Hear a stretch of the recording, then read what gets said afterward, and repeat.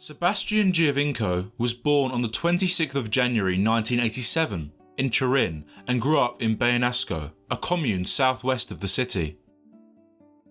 Raised as a Milan fan, Sebastian was selected by Juventus for their youth setup at the age of 9. The local boy excelled in the youth side, winning every youth championship possible and individually standing out in the 2006 Varreggio tournament. Voted the competition's finest performer, he was promoted to the first team in 2007. Due to their involvement in the Calciopoli scandal, the Bianconeri were battling for promotion back into the Serie A. Having lost key players at this time, Juve were reliant on the remaining leading figures and the youth players brought through to salvage the mess they were in. Dubbed the heir of Alessandro Del Piero, the club captain and Sebastian's idol, Giovinco sat behind the centre forward in a position known in Calcio as the trequartista, relied on for creativity and feeding the striker for goals. After years at every youth level from 16, in June 2007 he was called up to Italy's under-21 side to make his debut in the 2009 European Championship opening qualifier against Albania, which they comfortably won 4-0. Giancarlo Corradini's Juventus side topped the table by June and claimed the Serie B title over Napoli, earning a place back into Italy's top flight. The 20-year-old was loaned to Empoli for game time, making his Serie A debut in August before scoring his first a month later against Palermo. Though Empoli were far from successful, Giovinco flourished, featuring 35 times in the league with 6 goals to his name. At 5 foot 5 inches, he was christened Formica and Atomica, the atomic ant after the Hanna-Barbera cartoon, for his diminutive stature, striking pace and agility. As their standout, the Tuscany club handed him the Leone d'Argento award, yet his efforts for the Blues were ultimately in vain, as Empoli concluded the season in 18th place at the peak of the relegation zone. In the 2008 Toulon tournament, Giovinco was voted the most valuable player of the competition, netting 2 goals for the Azzurri champions in their 5 games. Also included in the 2008 Summer Olympics in Beijing, the young prodigy scored the impressive opener against Honduras, but Italy ultimately fell short to Belgium in the quarter-finals. The fantasista had done enough to earn a recall from the old lady, who were rebuilding their ageing squad to challenge for the Scudetto. His homecoming began well. He provided 2 Champions League assists in his first start for the side and netted a vital free kick to overcome Lecce in December. Alas, Claudio Ranieri only fielded the atomic ant sporadically, often deploying him out wide on the left flank where he was less comfortable and his stats suffered. Though he enjoyed some highlights as a Bianconero in this stint, his progress was hindered across the next few seasons. Utilised mainly as a super sub by Ciro Ferrara and Alberto Zaccheroni, Giovinco was labelled inexperienced and therefore unfit for the role of Juve's key playmaker. Questions were asked about his ambition as he began to drift from the starting lineup, and the benched 23-year-old looked elsewhere to prove himself. The club organised another loan move for Giovinco, this time to a rather strong team in Parma, who finished just 1 spot below Juventus in the prior season. Following a brilliant string of performances for Italy, in the 2009 Under-21 Euros, he was included in the team of the tournament. In Italy's Emilia-Romagna region, the league saw the true starlet shine as the second striker behind an older Hernan Crespo. Back to regular starts in his favoured number 10 position, he blossomed as a crociato. On the back of his first goal for the Giallo-Blu in September, a knee injury put a dent in the early stage of his time with Parma, but in the new year the atomic ant found a chance for revenge. His trip to Turin was a joyous one, netting a brace against his parent club and aiding the side to a 4-1 triumph over the Bianconeri. 7 goals and 6 assists in 30 games with Parma certified his debut campaign with the club as a positive start that he went on to better in his second season. In his best year yet, the trequartista consistently appeared on the scoresheet, while also providing on a regular basis and demonstrating his technical on-ball abilities. The Ants' 28 Serie A goal contributions elevated Parma to their highest top-flight finish since 2006. Cesare Prandelli offered Giovinco his first senior call-up for Italy in February 2011, and the forward impressed thoroughly beside Antonio Cassano to earn a place in the 23-man Azzurri squad for Euro 2012. His first senior international tournament didn't offer the forward much of a chance to prove himself, as he featured as a group stage substitute, amassing only 32 minutes in the whole competition. The Italians were eventual finalists, concluding their journey as runners-up to the world champions Spain. In June 2012, in the wake of his breakthrough season, Antonio Conte recalled Giovinco to Turin, planning to include the 24-year-old in his plans for a second consecutive Scudetto. As the Bianconeri's long-term captain had just retired that very summer, the Atomic Ant desired the newly vacated number 10 shirt that had been previously held by the likes of Michel Platini and Roberto Baggio. Conte refrained from instantly reappointing the number, much to Giovinco's disappointment, who was instead handed the number 12 shirt. As a Bianconero, Giovinco claimed the 2012 Supercoppa Italiana, his first with the old lady. This August silverware spurred on the side for a successful Serie A campaign, comfortably clinching another league title in June. Though not as prolific for his team as he had been in Parma, the forward was a fixture of the starting 11, able to balance his game between providing and netting himself. Sebastian Giovinco! By the summer, he contributed 7 goals and 7 assists in 31 league matches. Highlights for the trequartista included a brace and penalty won against Udinese in September, and a famously strange winning goal in the Coppa. As the number 12, he bagged his 12th Juventus goal in the 12th minute on the 12th day of December, the 12th month, in 2012. However, Giovinco's misfortune in Turin returned prior to the start of the upcoming season. Their summer acquisition of the Argentine marksman Carlos Tevez demoted the Atomic Ant from Conte's primary plans. The Italian found his game time sliced in half, selected for just 17 league fixtures, and often substituted when given playing time. Limited to just 3 goal contributions as a super sub, his confidence faded, and he became a dreary performer, while the South American struck his way to Juve's top scorer.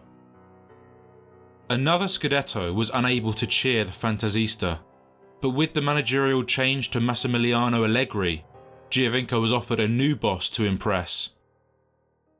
The Italian juggernaut was growing ever stronger, with the marquee signings adding further depth and competition to the side.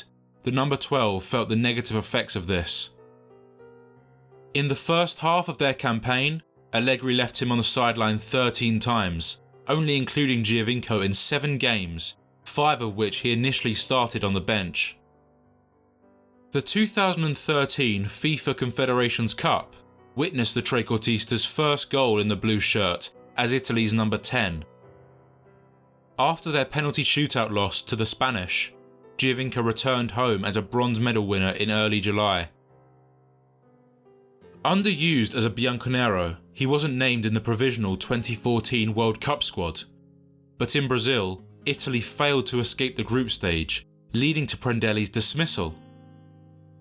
Conte stepped in and recalled Giovinco for a Euro 2016 qualifying game in October. With his waning ambition, Giovinco's Juventus dream faded further from reality, and he looked for a move away. 15 years, 132 games, but merely 20 goals to his name, certified the former prodigy as a Bianconeri failure.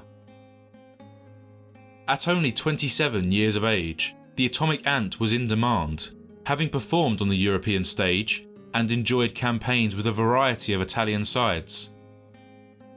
Many top-flight teams would have happily welcomed the diminutive Italian, yet he made a staggering choice. For €7 million, Juventus offloaded Giovinco to the North American MLS, signing for Toronto FC at the end of the 2014-15 season. Turbulent times in Turin continued, and the relationship between the club and the forward worsened after the agreement was made, prompting Giovinco to push for a contract termination. When granted by the old lady, he rushed to Canada in January 2015 to begin his new journey. This transfer was labelled by most as a sign of the Italian surrendering his career, yet he rapidly adapted to life outside of Italy and prospered in Toronto. On a reported annual salary of €7 million, he was at this time the highest paid Italian footballer. The presumed ease of US soccer wasn't misleading, and Giovinco promptly proved that his talents were far beyond that of any other player in the MLS, making 35 goal contributions in 33 league appearances. Finally offered the freedom he'd been refused in Italy, the Atomic Ant dazzled spectators and gave life to a division mainly branded as a pre-retirement ground for ageing superstars. The ease with which he individually embarrassed defenders and consistently carried his side forced the glancing European fans to question why in the world a young man of this ability was simply let go. As the club's landslide top scorer, Giovinco had enjoyed a prosperous debut year. In July 2015, he converted Toronto's first ever hat-trick in the MLS, within a 9-minute spell against New York. Also, the forward earned the 2015 MLS Golden Boot and was named the division's MVP. These outstanding performances continued for the number 10 into 2016, scoring 3 hat-tricks for Toronto as well as the then fastest goal in the club's history, with a 57-second winner over DC United. Eventual silverware ensued in June as Giovinco helped the Canadians to their 5th ever Canadian Championship. For the next stage of the Euro 2016 qualifiers, Giovinco was included and impressed against Azerbaijan and Norway in October. It seemed the forward was on the verge of becoming the first MLS player to feature in a tournament for Italy. However, in May, Conte surprisingly excluded Giovinco from his 30-player shortlist and justified his choice by stating in so many words that the MLS is not the right level for Sebastian, and he wants players who push themselves. The dejected goalscorer responded with optimism and support of the growing competition in the MLS. It became abundantly clear that the Atomic Ant was not being challenged in the American top flight, as he sustained exceptional form across another 2 years. In 2017, he inspired Toronto to their most decorated year yet, becoming the first MLS team to complete a domestic treble as victors in the MLS Cup, Canadian Championship, and the League. 2018 was to be the Italian's final season in North America, and it was a gruelling end to his 4-year stay. Off the back of their triumphant domestic year, Toronto's season was plagued with losses, suffering 18 MLS defeats from 34 matches and plunging to 19th by the league's climax. Though his 13 goals named him the side's top scorer for the 4th consecutive year, Giovinco personally endured his worst campaign yet in the MLS. To add salt to the wound, Gian Piero Ventura omitted the Toronto marksman from the Azzurri's 2018 World Cup squad, claiming that he's performing well in a league that doesn't count for much, and after 3 years in Canada, Giovinco had grown too familiar to their playing style, labelling the issue as a problem of mentality. For the first time in 60 years, Ventura's Italy failed to qualify for the World Cup, and he was promptly sacked. Later, Giovinco's agent implied that this wouldn't have happened if he hadn't been overlooked for the qualification rounds. Depended on for dragging the team up the table and individually dictating play, the 31-year-old's pace and stamina had begun to fade, causing management to lose faith in him. In their minds, the Italian was perhaps losing his touch, contributing less to the side overall, and seeing a rare red card against New England. With the departure of the club's general manager, Tim Bezbatchenko, who had rejected Giovinco's prior contract extension requests, in the new year of 2019 the Atomic Ant made a final plea to the management, but the agreements fell through. Later, the forward publicly stated that for he and his agent there had been a long struggle to extend his time in Canada, but to no avail, and on the 30th of January, Giovinco left Toronto in favour of Saudi Arabian club Al Hilal for an undisclosed fee.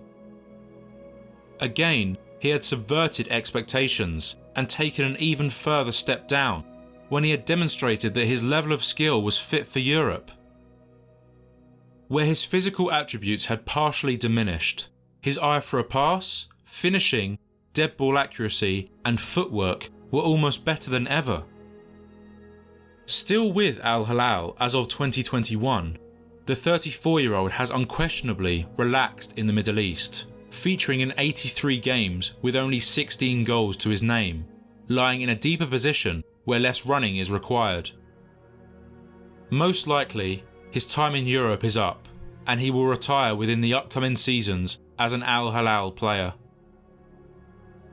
With the exception of an October 2018 call-up by Roberto Mancini, during which he was fully benched, the forward hasn't played for his country, and, while he hasn't officially retired from international duty, it would appear his chances of wearing the famous Azzurri jersey again have died. Sebastian Giovinco's story is one that many know the first half of. A future star of Turin, the heir of Del Piero, an Italian fantasista. But he is seen as a disappointment who, in his prime, sold out by lending his elite talents to a Canadian soccer side of a league ranked 28th in the world. Cynics may disregard him as a lazy maverick with an ego who never put in the work for the demanding Juventus and national team managers and instead fled to the MLS. The forward always thrived in underdog sides where he could stand out as the number 10 and play his own brand of football. In Italy, many consider Giovinco a flop, juxtaposed by his Canadian legacy, where in Toronto he is a sporting great. With 83 goals and 51 assists in 142 games, Formica and Atomica astounded all.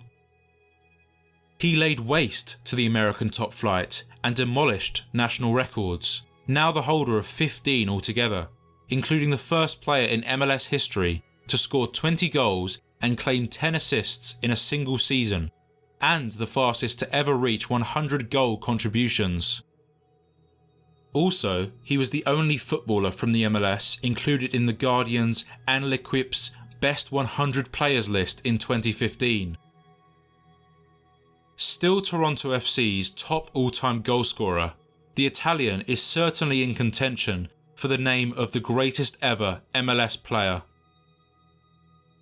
Gifted beyond most of his country's generation, but never bound by convention, the once darling of the old lady still begs the poignant question, what if?